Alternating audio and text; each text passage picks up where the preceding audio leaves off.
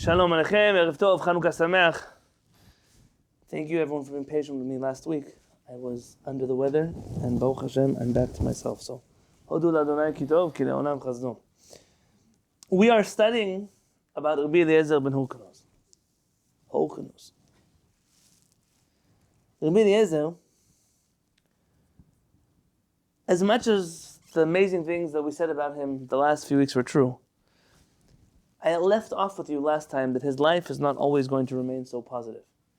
And tonight and tomorrow night, B'ezrat Hashem, we're going to be dedicating all of Kollel to the study of the life of Rabbi Eliezer Ben Hyrcanus. Likely, it won't be the end of it. We'll probably even go into next week. Too much of what is Judaism today is built on this story. Rabbi Eliezer is not just a regular person. This generation is not just a regular generation. The struggles that exist in this generation likely are the same struggles that we are struggling with in our world today. There are very many parallels. And I promise you one thing, and that is that you will be very upset by this story. So you will not be happy with the stories about Rabbi Eliezer Ben Hyrcanus that we are going to learn. And that's exactly the point. You don't always have to be happy. You don't always have to be comfortable. You could sometimes just be uncomfortable. And this story is going to accomplish, B'ezrat Hashem, exactly that. Chanukah, yes, of course. Not if it's about dreidels, I'll lock this. That's what Chanukah is really about. Then, yes. So I am in that PDF on page 94.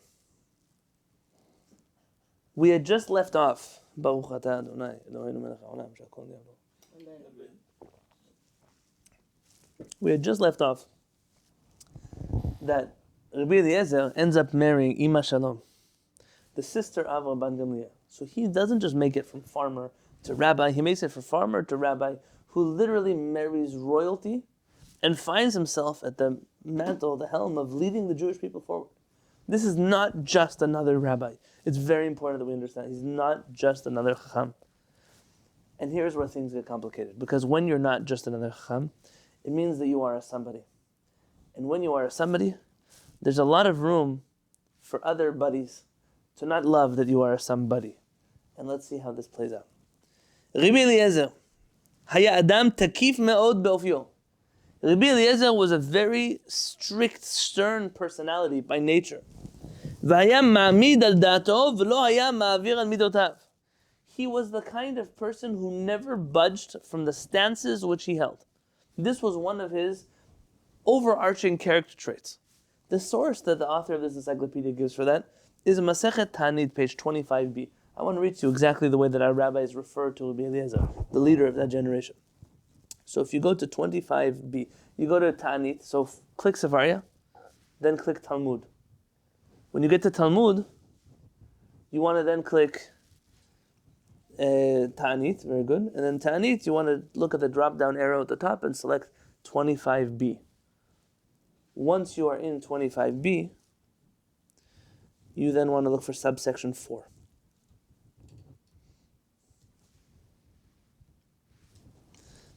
Tanu Rabbanan, our rabbis taught. Maaseh b'Rabbi Eliezer. There's a story about Rabbi Eliezer. שגזר 13 תעניות על הציבור ולא ירדו גשמים.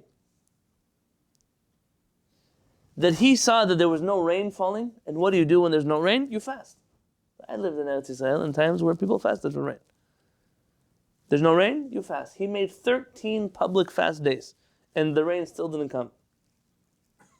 B'acharona, at the end of the last fast, התחילו הציבור לצאת. The community began to leave the Beit HaKnesset. Why are they even in the Beit HaKnesset? Why are they there in the Beit HaKnesset? Part of the tzom is the tzom itself is about learning and praying and crying and praying and learning. To fast on its own is not a thing.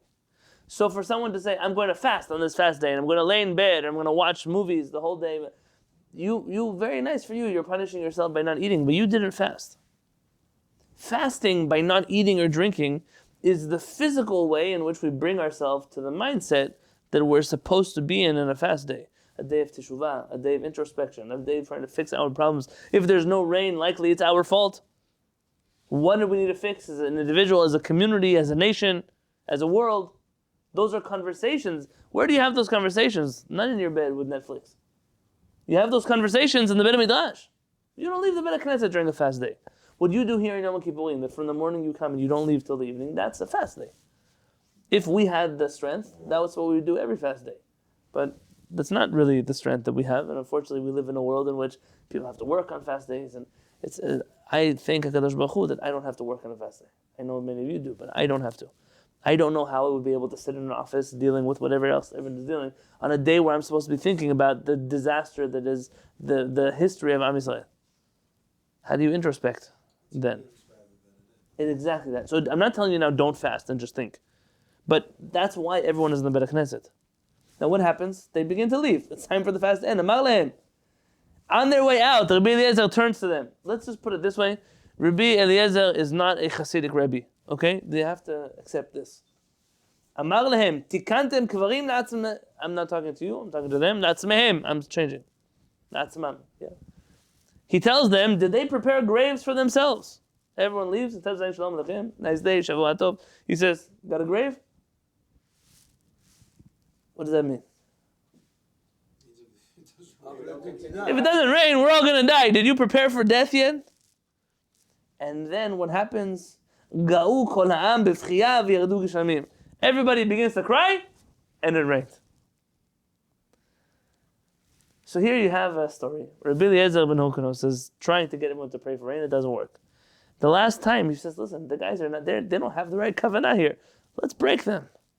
Let's tell them, hey, you got a grave because that's where you're going if this doesn't work. And it works. They cry, and it rains. Shuv ma'aseh b'Rabbi Eliezer. There's another story about Rabbi Eliezer. This reminds me of a story I heard. I don't know if I can say it on a camera though. Eliezer Ben Hyrcanus. Shuv ma'aseh b'Rabbi Eliezer. Shi'arad lifnei hateva. That he descended to the teva. What does it mean, descended to the teva? David HaMelech says in Tehillim, Mima'amakim keraticha Adonai. I call out to you from the depths. For that reason, in Jewish synagogues of the Talmud, every chazan stood inside, lower than everybody else. They didn't go up, like in the old Sephardism, they went on a platform. The opposite is true. They went down into a lower place. That's how you lead the tefillah. That's Chachamim. That was their understanding of this halakha. Shi'arad lifnei hateva. So when he goes down to the teva to lead services, that's the word, yarad. He goes down because literally went down. Ve'amar, and he said, 24 berachot v'lo na'ana. He recited 24 blessings and he was not answered. Yarad Rabbi Akiva acharav, ve'amar Rabbi Akiva then said, okay, you're done praying for the rain, come, I'll do it. And he replaces Rabbi Eliezer. Ve'amar, and he says, Avinu malkenu alanu melech ela ata. Our master, our father, our king, we don't have anyone else aside from you. Avinu malkenu lema'anach achem alenu. For your sake, have compassion over us. By the way, from here you see that the Avinu malkenu was a very powerful prayer. And many attribute this prayer, at least the origins of it, to Rabbi Akiva. V'yardu geshamim. Immediately after Rabbi Akiva said the Avinu malkenu prayer, the rain began. Havo meranane rabanan. The rabbis began whispering among themselves that Rabbi Akiva, his tefillot were answered by Kadosh Baruch Hu, but his rabbis, Rabbi Eliezer, was not answered. Yet stab bat kol, a voice came out of heaven. I have a shiur somewhere. I did a series on Tisha B'Av. Like 10 or 11 different explanations. What exactly is a bat kol? What is the nature of this voice that comes out of heaven? Maybe at a different time. V'amra, and it said, Lo mipnei shezeh gadol mizeh. It's not because Rabbi Akiva is greater than his rabbi Rabbi Eliezer. Ela shezeh ma'avir al midotav, v'zeh eno ma'avir al midotav. If the Talmud didn't say it, I would never read it. But it's because Rabbi Akiva is more easygoing. He forgives. And Rabbi Eliezer is stricter. And because of that, his tefillot are not answered the way Rabbi Akiva's tefillot are answered. So you see that our Chachamim considered Rabbi Eliezer to be, by his nature, a tough person. And that even had a negative influence in the way his tefillot were accepted. Though in the first story, that personality is exactly what got his tefillot answered. In the second story, the Rabbi Akiva's approach worked, which should tell you something, that not every approach works for everyone, every time, and every place. And that's why I've told you so many times that the Agadot of our rabbis are very important. You can't read the story just like a story. Rabbi Akiva, there's a lesson our Chachamim, or many lessons our Chachamim tried to teach us from these two different worldviews. Why one of them was answered in one place and one was not. Is there room for Rabbi Eliezer in the world? Is there room for Rabbi Akiva in the world? When do we harness these personalities and these character traits? If you would take these two paragraphs and study them in the approach of Agadah, you could easily give yourself 3 or 4 hours of learning material right now, of what to learn for what Chachamim are trying to tell us about this, but unfortunately, that's not why we are gathered here today. This, though, is to back up the statement of the author of this encyclopedia that Rabbi Eliezer was a person shelo hevira midotav, that was not as forgiving as Rabbi Akiva, his student. Tchunazo, this character trait, I'm back in the encyclopedia, on page 94. Tchunazo, this character trait, hivia alav raot rabot, brought to Rabbi Eliezer much suffering. Amalam shel Sanhedrin hayaz, the whole purpose of the Sanhedrin reconvening in Yavneh, its whole purpose, להביא לידי הכרעה בכל המחלוקות המרובות בענייני ההלכה, was to standardize halakha in one place, one grand court. We've spoken about this before. How do you get Sephardim and Ashkenazim and Hasidim and Temanim? How do you get everybody to? You have to have a Sanhedrin that can finally decide for us what is a halakha and what is not. So this is exactly what the rabbis are doing in Yavneh. They don't want any more breakaways in Am Yisrael, and so if we can appoint a Sanhedrin, the first task of the Sanhedrin will be to unite the people around one approach to halakha. And that's what they were doing. That was their whole job. And to have one custom, one practice for all the people of Israel, wherever they were. To unite them into one nation. Now this really was done not just for religious stability, but also for political and national stability.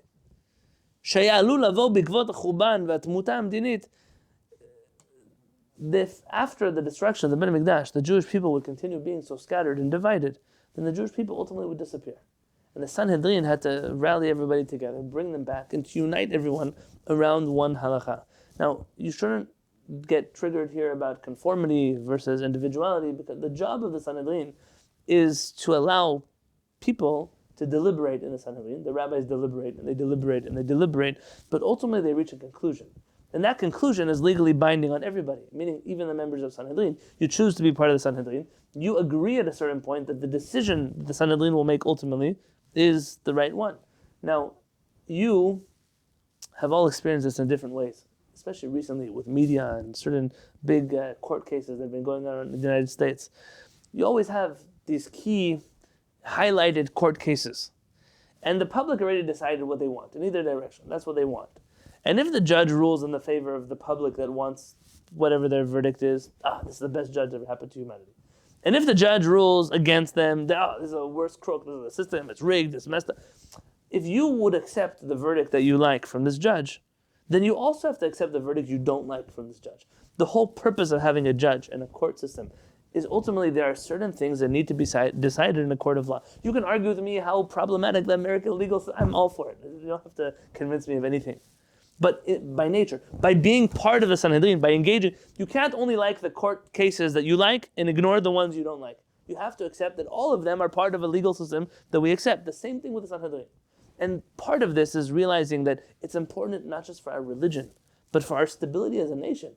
That there shouldn't be thousands of different subgroups of Jews, all of them doing whatever they want, however they want, because ultimately that nation will fall apart, especially after surviving something as catastrophic as the destruction of the Beit HaMikdash, which was the one unifier of the different groups. And if we don't even have that, you have the Beit HaMikdash. So maybe you have the Sadducees and the Pharisees and everyone's talking with everybody, they're seeing each other, they might not agree with each other, but there's a place they're all rallying around. You can imagine, there are parents in the world, and those parents, they keep the family together. The siblings that don't always talk with each other, they get everyone together. But then there comes a point where those parents are no longer in the world, and there's nobody to keep everybody together. And that's the same thing with the Beit HaMikdash. I always see the Beit HaMikdash like a parent that is keeping everything together. Maybe it wasn't perfect, but they were forcing us to engage with each other by being in the same place at the same time, at least on certain days every year. Once you don't have a Beit HaMikdash, that's the end. Mineged ha'shifa zo, standing contrary to the will of the Sanhedrin to standardize Judaism. Amad Rabbi Eliezer. Seemingly, Rabbi Eliezer stands opposite him. שבשומרו על המסורות שקיבל מרבותיו לא נכנע לדעת הרוב. His whole attitude was, and you can argue, by the way, there are different researchers that have researched this differently, but let's go with it this way. You have here a new Sanhedrin. Essentially, this Sanhedrin is reforming Judaism, not in a negative way. They have the power of a Bedin Hagadol to standardize Judaism the way that Sanhedrin decides. This is very true, especially when... No, this might be hard. I'm going to say something that I'm only going to explain later on in the series. When the Sanhedrin deliberates over something, is there an objective truth that the Sanhedrin ultimately reaches or doesn't reach? Or is the conclusion of the Sanhedrin, that's the truth of the Sanhedrin? And no matter what you think the objective truth is, there is no really objective truth. The power of law was given to the Sanhedrin, and it is what it is. This conversation has bothered many sages over the years. And I'm going to say that at least the way I understand it among the Rambam and those who followed in that footstep, there really is no objective truth. Not in the way that everything could be true, not in that way. But the Sanhedrin, whatever they decide is halakha. It's not there's another halakha aside from theirs. Their halakha is the halakha. And if there's one chacham or two chachamim who don't like that halakha, there's laws in the Torah. What happens to a sage who rebels against the Sanhedrin? It's a pretty tragic end. It's maybe the most ultimate tragic end. The reason for that is the law. There is no other law aside from the law of the Sanhedrin. This is hard. It's hard to accept that there is a legally binding fact that may not be an objective truth. It's a truth of the Sanhedrin. Rabbi Eliezer is standing there and he says, I understand what you're trying to accomplish. I understand that you're trying to standardize halakha. But what do you want me to do with the traditions that I have in my hands from my rabbi and from his rabbi and from his rabbi and from his rabbi, that the halakha is not like what you are deciding here in Yavneh? There is a law. That law I received in a tradition. And I am screaming at the top of my lungs that what I believe to be true was taught to me by my rabbi and my great rabbi, the grand rabbi, all of the Chachamim before me. And now you decided in the Sanhedrin, and there is tension here in the Sanhedrin. Because clearly there's a new group of Chachamim that are doing things differently. If we have time next week, maybe even tomorrow, we'll talk about the new methodology of the Sanhedrin. To start telling people, nimnu v'gamru, there's a certain method. It's not always about debate. Sometimes it's just about numbers. That bothers Rabbi Eliezer as well. Not within the scope of today's conversation. And so Rabbi Eliezer says, I have a tradition. Just because you are the Sanhedrin and Yavneh doesn't mean I have to give in to you about what is the halakha. Is Rabbi Eliezer correct or is he not correct?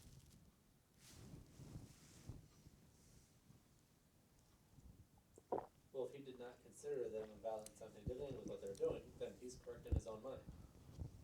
Correct. So if he doesn't consider them to be a valid Sanhedrin, so he's the Sanhedrin, I mean, he's the right one. The problem with that, though, the problem with that assumption,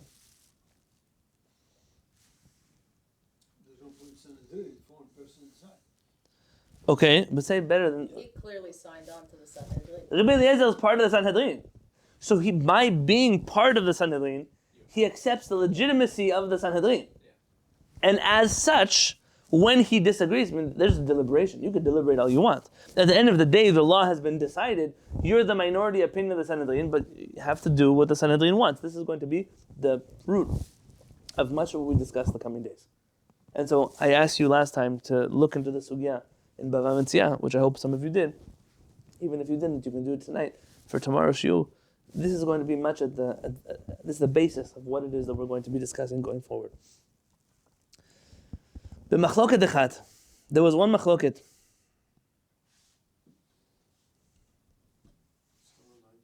Yeah. Binyan tuma v'tahara, regarding purity and impurity. Tanuro shel Aknai. There was the famous oven of the Aknai. We're going to talk about what that Aknai is in a moment. לא רצה לוותר על דעתו גם אחרי שעמדו למניין ורבו עליו חבריו. He had an opinion about this oven and its purity status, The Chachamim had a different opinion about the status of this oven. They fought about it, and ultimately, even though the Sanhedrin decided what they decided about this oven, Rabbi Eliezer disagreed with the conclusion of the Sanhedrin, and he did not want to back down.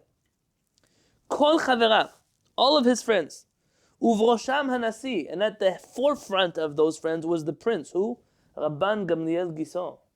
Rabban Gamliel, his brother-in-law, his wife's brother. ראו בעמדתו זו של רבי אליעזר סכנה לאחדות האומה. They saw in the stance of Rabbi Eliezer, contradicting the Sanhedrin, danger to the status of the Jewish people and the whole structure of Am Yisrael. ולא הייתה לפניהם דרך אחרת, אלא לנדותו. The only choice they felt that they had was to excommunicate Rabbi Eliezer from the Sanhedrin. Yeah. From the Jewish people, you could say it even that way. Now, we can discuss, and we might later on, how strong was this ban of excommunication? Because you see that even though he's excommunicated, people still communicate with him. They still go to him to ask questions. He's no longer a member of the Sanhedrin, but they still go and consult with him, and he asks them questions, and he still has a yeshiva, which has students. So, in my mind, and I haven't researched this sufficiently, the ban is not exactly the classic. So that's the reason I did say, you picked up on it, Zev. And that it was at least of the Sanhedrin. He was thrown out of the Sanhedrin. And the extent to of that ban, we can discuss. And maybe I'll have time in the coming week to do some research and present that to you next week. But for right now, this was the approach they had. And I think that there was another reason why they felt the need to ban him, but it's premature to share that. I will share it B'ezrat Hashem tomorrow.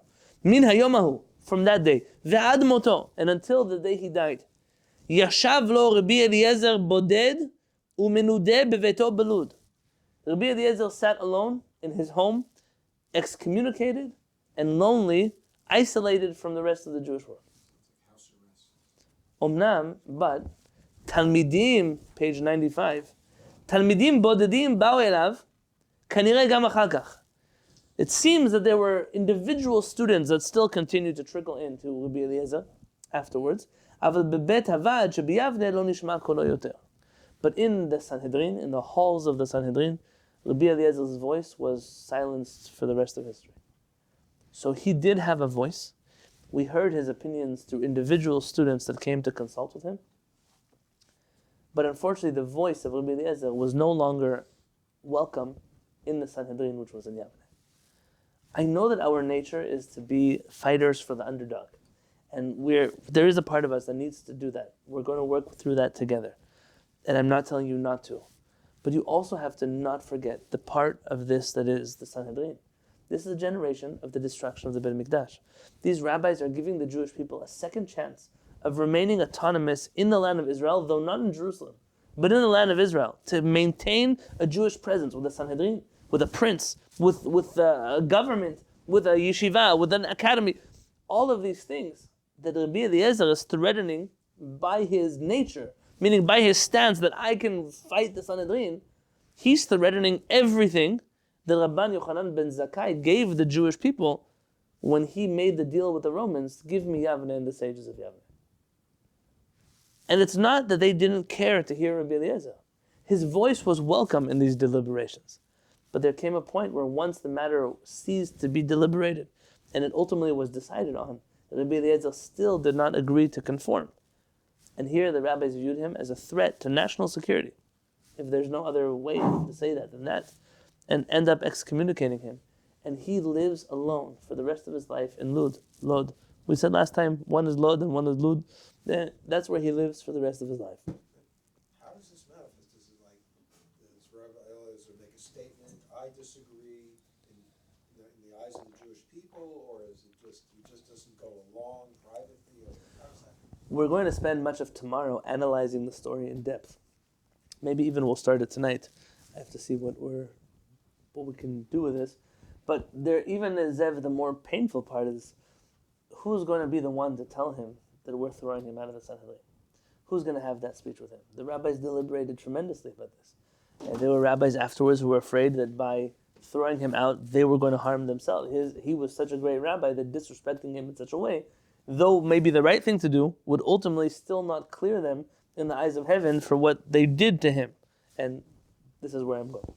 Okay, so we're studying this originally, like stepping back, we're in the Mishneh Torah, where the Rambam's going through the Mishneh of all the different rabbis that before it gets to him. He's the guy who's disagreeing with everybody, who's trying to standardize things. How does that chain make sense? You see what I mean in the question? Because Rabbi Eliezer is one of the 5 students of Rabbi Yochanan ben Zakkai. So he's not the link in the chain. He's not the link. He's a link in the chain. Okay, he's not... Correct. If this story would have played out differently, and I'm saying this with all the respect to the 4 other students, I'm certain that if Rabbi Eliezer would have stayed Rabbi Eliezer of the Sanhedrin, you likely would have never heard of the other 4 students of Rabbi Yochanan ben Zakkai. Maybe one more.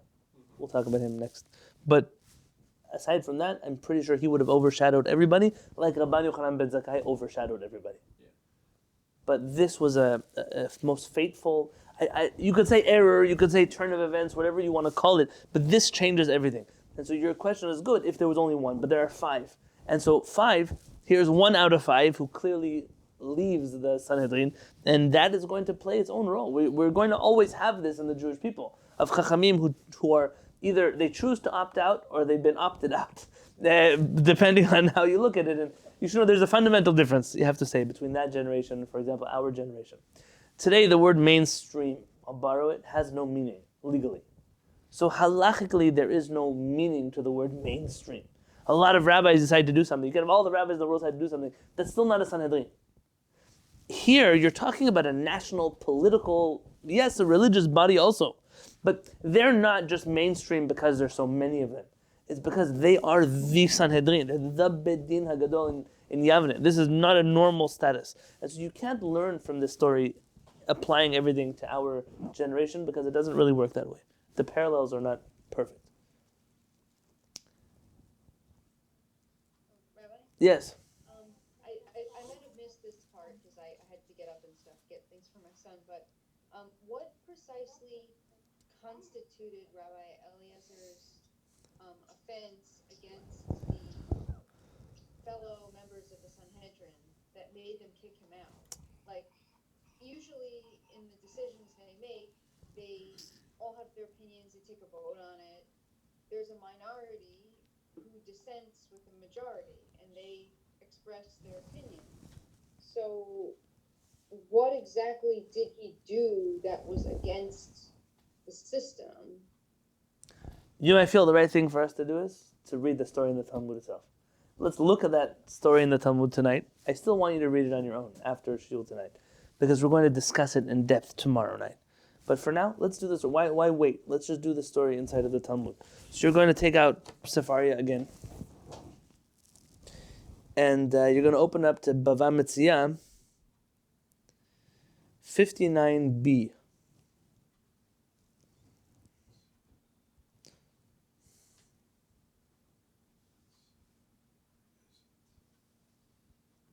Well, let's start at 59a, the last paragraph on 59a.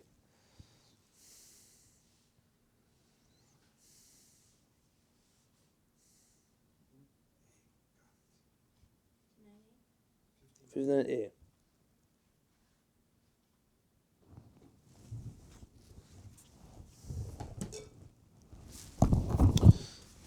Brought with me a Talmud. It might be easier for me.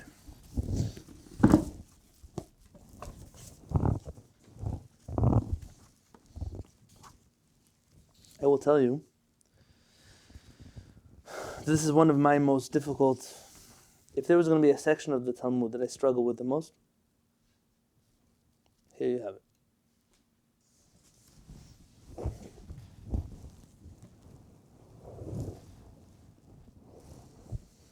So it says the following. Tenan hatam. We learned there in the Mishnah Masechet Kelim, this is picking up in the middle of a conversation that is not so relevant to us because the matter of legal dispute is really not the point of this conversation. I don't think either of you are going to have a strong opinion as to whether the oven is pure or impure and halakha. It's not really what the point of the conversation is. It's how this conversation plays out that is important. Chatacho chuliyot.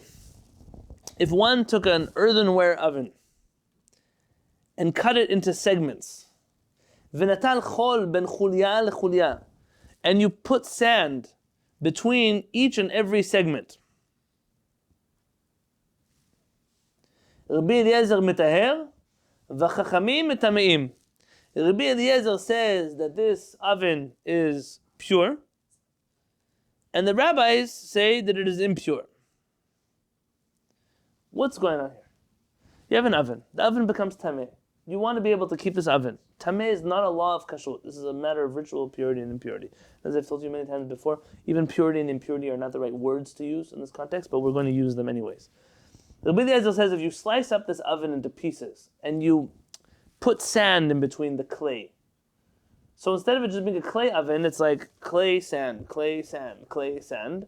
Now, it still works, this oven, but it's no longer the original oven, and I'm oversimplifying here this understanding here of Tenure shel Aknai. The rabbi is saying, no, listen, at the end of the day, it still functions. It's still an oven, so it's still going to be impure. Now we find ourselves on 59b. V'zehu tanuro shel Aknai. And this is what we know is called the tanur of an Aknai. What is an Aknai? Anyone know what Aknai means? A snake. It's the oven of a snake. What on earth does it have to do with the snake?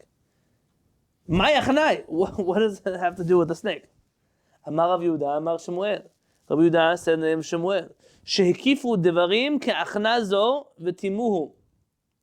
That the rabbis surrounded this oven with their statements like a snake coiled itself around a person, and they deemed it to be impure. Meaning, it was the way in which the rabbis surrounded this oven with negative comments that turned it to be impure. That's why it's called the oven of the snake. Tana, we are taught, Be'oto hayom, on that day. Am I skipping a part here? Heshiv Rabbi Eliezer kol teshuvot sheba'olam v'lo kiblu hemeno. Rabbi Eliezer, while they're discussing this matter, he answered every single one of their proofs. Meaning, he rebutted them on everything. He spent the whole day fighting with them about this oven, proving them to be wrong, and they refused to accept the explanations from him. Amar lehem, Rabbi Eliezer turns to them and he says, Im halacha kimoti, if the halacha is like me, charuv ze yochiach, this carob tree will prove that I'm correct. Ne'ekar charuv bimkomo me'ama. The carob tree uprooted itself from its place 100 amot. Some v'amrila 400 amot. Some say 400 amot. How much is 100 amot? Every amah is 18 inches, a foot and a half. Half a football field? Yeah, make it 400 now. So, football field and 1.5. Okay, let's say a huge, the tree pops itself out of the ground and flies across the other part. Now, by the way, you don't have to accept this part of the Agadah literally. And there are reasons why a carob tree, again, if you're going to study this in the realm of Agadah, you would spend time on all the details in the story.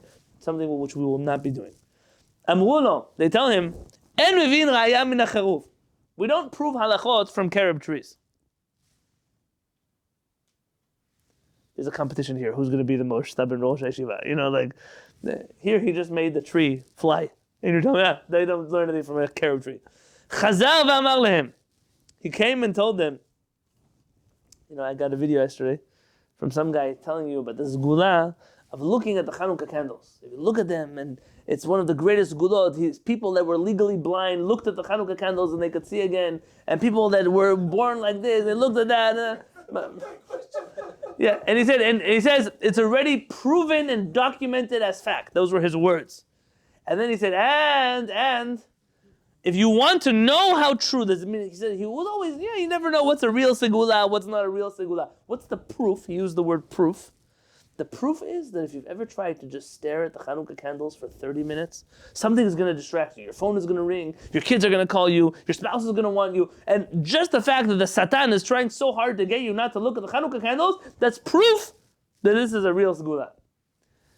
I think that this gentleman, who's considered to be somebody very famous, I don't know him at all, but they consider him to be very famous, they should send him back to yeshiva. If not to yeshiva, send him to a place where they have a dictionary to look up the words proof, the word documented, there's certain words you should just analyze what they actually mean.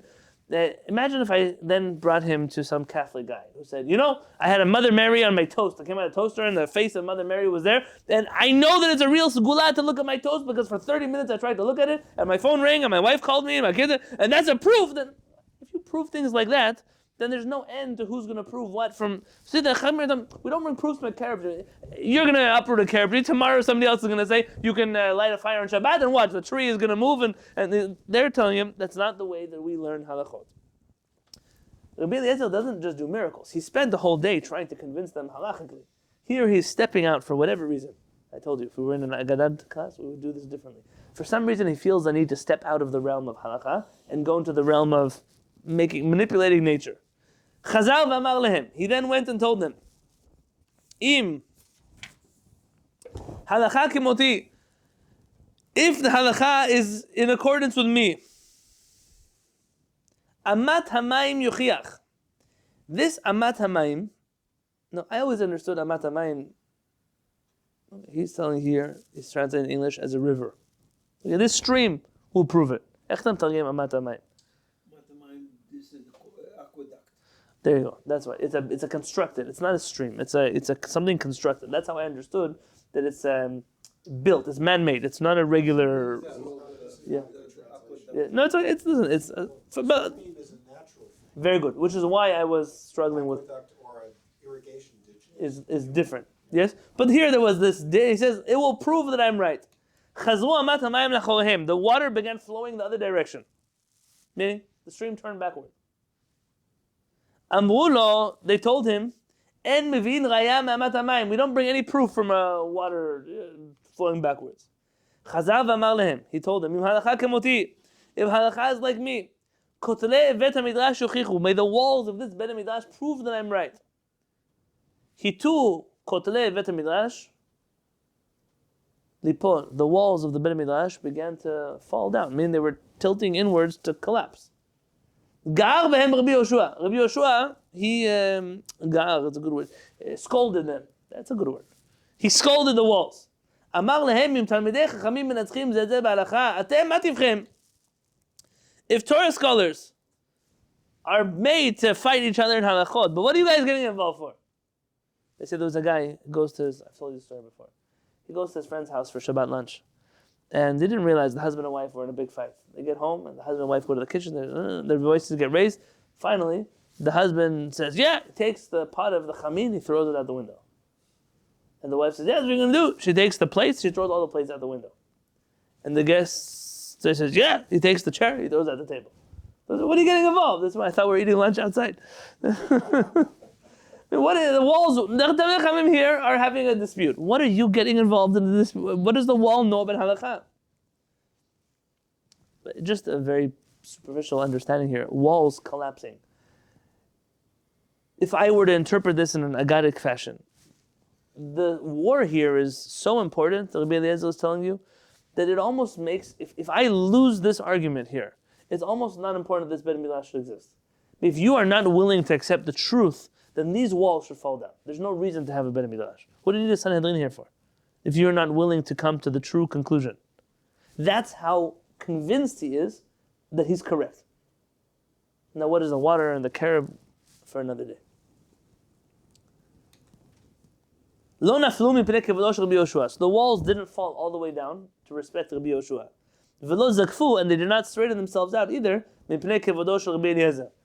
order to respect Rabbi Eliezer. And the Chachamim say, then if you would go there today, you would still see that the walls are stuck, leaning. They're not down, they're not up. The walls of the Bet HaMidrash are now crooked. Now here, you're talking about the leaning walls. Chida, Arav Chida, he printed many of his books in Italy, Leghorn, Italy, mostly in Livorno. But there was one book of his that he printed, only one. Of all the 50-some books that he wrote, he printed in Pisa. Yeah? One of his books is printed there. And, Sephardic rabbis have a sense of humor. The book is called Chomat Anach. Anach, instead of Tanakh, instead of saying Tanakh, Torah, Nevi'im, Ketuvim, Anach means Oraita, Nevi'im, Ketuvim. He just switched it to an Aleph. The reason is very funny. The Anach means it's a commentary on the Tanakh. But instead of writing Taf, he wrote Aleph because Chomat Anach is like the upright wall, like the sturdy wall. And so when he was in the place with the leaning tower of Pisa, he named his book the upright wall. It was a certain, and if you didn't understand a rabbinic pun, you probably would never understand why Chida. It's the only book of his that he printed in Pisa. So those walls were, which tells me when I'm reading this again in a Gaelic fashion, that this dispute, we're still suffering from its effects until today. I'm not sure there's a Beit Midrash somewhere where the walls are leaning sideways, but that this has ramifications that influence us until today. Unresolved. That's a good word. Now, Chazal v'amar. So now, what does Rabbi Eliezer say? He tells them, Im halacha kimoti, if the halacha is like me, min HaShamayim yochichu. Let the heavens decide who is right. Yatzata bat kol v'amar. A bat kol came out from heaven and said, Ma lachem etzel Rabbi Eliezer? Shehalacha kimoto b'chol makom. Why are you getting involved with Rabbi Eliezer? The halacha is like him in every single place. That's what the Bedin Shel Mala says. The bat kol comes out of heaven and tells the rabbis of the Sanhedrin in Yavneh, Rabbi Eliezer is right. The halacha is like him everywhere. What are you fighting with him for? And now, my friends, is the birth of true rabbinic Jewish chutzpah. And this is the reason why there are so many opponents to the writings of our Chachamim. And unless you can reconcile what Rabbi Yoshua is about to say now with the Judaism that you believe in, you're going to have a very difficult time being a rabbinic Jew. Because we are not fooling anybody and saying we're this type. We are Pharisees, the sons of Pharisees, as the famous Paul once said. We are students of the Chachamim. That's who we are. We are rabbinic Jews. And the rabbinic response to a voice coming out of heaven and telling us how to rule halacha, Amad Rabbi Yoshua al raglav ve'amar.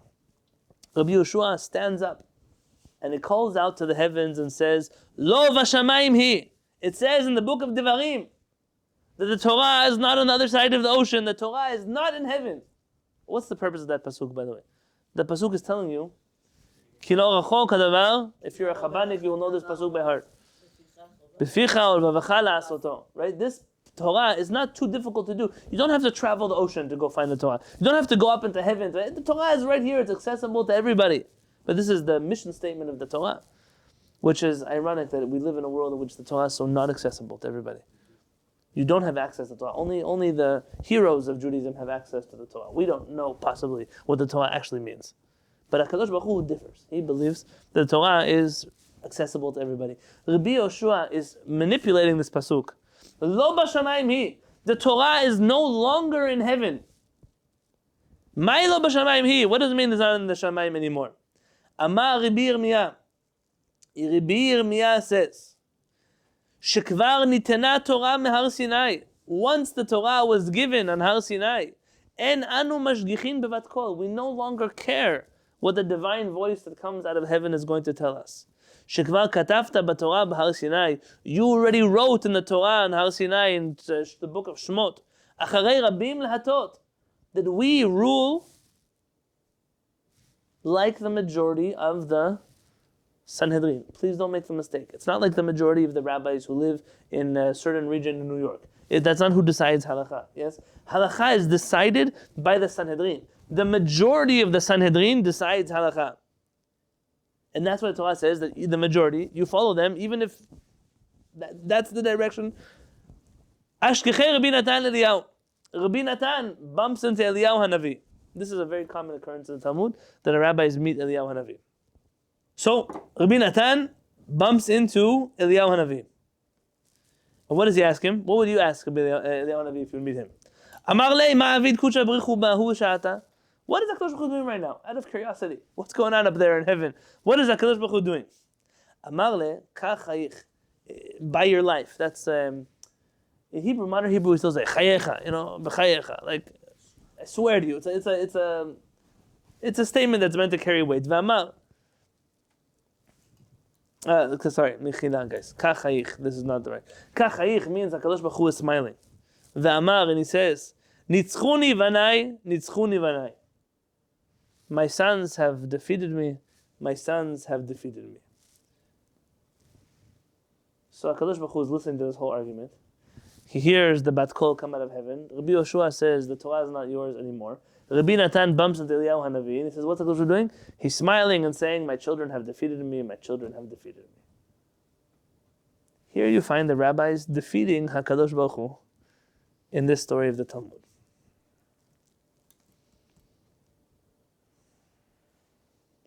I'm not sure if I should leave you on a confused note or on a difficult note. It raises a lot of questions in terms of every halakhic decision has world-shaking implications when carried out. And if Rabbi Eliezer was correct about something so essential, and yet he was overruled, implications have Let me ask you this. If he was overruled, was he really correct? also a good question. Yes. That goes back to what I said earlier, in which, is there an objective truth? Or is the truth what the Sanhedrin decides? But isn't that what the Bat Kol is supposed to be about? Something beyond the human perspective? In which we're telling the Bat Kol, hey, but up. Just like the walls shouldn't get involved in the Beit HaMikdash, Hashem shouldn't get involved in the Beit HaMikdash either. It's not yours. That's what I told you. This is the epitome of rabbinic chutzpah. This is us telling HaKadosh Baruch Hu, hey, mix out. This is not your Torah anymore. This Torah was given to us. You stay out. It seems almost the opposite of what you were saying, what we were learning earlier about, fasting to pray to the point of tears so we can get rain, which is like an ultimate surrender to the will of heaven. I started the story telling you, this is one of my most difficult sections of the entire Talmud. I have a lot to say, and I'll just share about it. And I hope you'll have patience with me as we go through the details, because this story, I will tell you, is one of the, in my mind, the turning points of rabbinic history. This is a powerful moment. It's where we're telling Kadosh Baruch Hu, it's our Torah, stay out. And that is not crazy enough on its own. It's what they do to Rabbi Eliezer next. I'll read you one more sentence. Yeah. Kind of question, just following the logic of the Sanhedrin here. And maybe just how it's supposed to be. I give you a proof. I'm working on, something, a topic you don't know very well, but I know very well. And I'm trying to give you a proof, but you don't follow the proof. I might know the subject more, you might not know it as well, but we're going with a majority rule system here. If I couldn't adequately explain it to everybody, I failed. I mean, the failure is on Rabbi Eliezer's end. That's what I'm saying. It could be. It could be. But there's also a certain... It doesn't matter what the calculator said at the end of the I would day. love for Rabbi Eliezer to be right, but he's not the only member of the Sanhedrin. It's not that there's 5 of him, and there's not just half and half split down the middle. It's literally all of the sages of Israel and him. Yet he's right. And I'm saying this without Doesn't any... that almost make the Sanhedrin pasul? I mean, if all the Sanhedrin agrees on something, wouldn't that be an indicator of a problem? They don't agree because they don't have brains. They agree because after a day of deliberating on this topic, they've reached a conclusion. They've exhausted all scenarios. There's nothing else to talk about. They didn't all reach a consensus because one great rabbi... If you know the laws of Sanhedrin, the smaller rabbis speak first. Why? So as not to manipulate... If the greater rabbi spoke first, the younger rabbis or the lesser rabbis, however you want to quantify that, they would be intimidated to speak and to argue. So we always listen to the voices of that are not so popular first. And then we weigh in on the topic. So people had a chance here to deliberate. After deliberating, they all reached the same conclusion. Rabbi Eliezer disagreed. Isn't it the same thing as HaShamayim Hillel? That it's a couple of times Shammai was majority over Hillel. They overruled. Right. Shammai Hillel, it's also a good point. There's also arguments there, but this Beradin here is in some way trying to fix the chaos that Shammai Hillel created. And if you look at it this way, you have here students both of Shammai and Hillel that are finally sitting at the same table, trying to come to one halakha again. And there's one man who's standing in their way. And it's Rabbi Eliezer. Rabbi Eliezer will not budge. And not only will he not budge, he's going to bring miracles to show you that he's right. And then one more thing happens. I'll read this to you. Tomorrow we'll continue from the sugya. Our rabbis tell us, Oto hayom, that same day, Heviu kol teharot shetiheh Rabbi Eliezer. They brought all of the things that Rabbi Eliezer ruled on that day, that he said that they were tahor, that they were pure. It's hard, I'm sorry. Usrafum ba'esh. And they burned them in a fire. V'nimnu alav uverchuhu. Nimnu alav uvirchuhu is an interesting way to say is they all gathered together, they agreed, and they excommunicated him for the Sanhedrin. So once he loses, and HaKadosh Baruch Hu's voice says, Nitzchuni banai nitzchuni, the bat kol. They take everything he had ruled on that day, they burned it in the fire, they gathered together, and they sent him on his way. The question we're going to deal with tomorrow, before we come back and analyze the story, is the next part of the story. I'll read you the question, and I'll leave you on that note. Amru, they ask him, Mi yelech v'yodio. Who is going to go and inform Rabbi Eliezer that he's been thrown out of the Sanhedrin? Which one of us is going to take the job to go tell him that he's no longer welcome here? The story gets more difficult than it is right now, but I want to summarize for you. There was a legitimate dispute in halakha between the Chachamim of the Sanhedrin and their colleague, Rabbi Eliezer. They deliberated, and they deliberated, and they deliberated. At the end of the deliberations, they refused to accept his halachic stance. He tells them, but I'm right. And they say, but we don't agree. He tells them, if I'm right, let the tree move, let the water turn backwards, let the walls fall in. Let a voice come out from heaven. All of those things back up Rabbi Eliezer. Rabbi Yehoshua looks and says, Lo b'shamayim hi. We don't learn halachot from Carobs. We don't learn halachot from water. We don't learn halachot from walls of the Beit HaMikdash. We definitely don't learn halachot from HaKadosh Baruch Hu. And what happens at that moment? Rabbi Yonatan meets Eliyahu Navi and says, what is HaKadosh Baruch Hu doing? He's smiling at the defeat of his sons over him. The triumph of his sons over him. And then what happens is that the rabbis take all of the things that Rabbi Eliezer had ruled on were tehorim, they burn them. Significance to that. By the way, whenever we talk about burning things, it evokes not so positive emotions.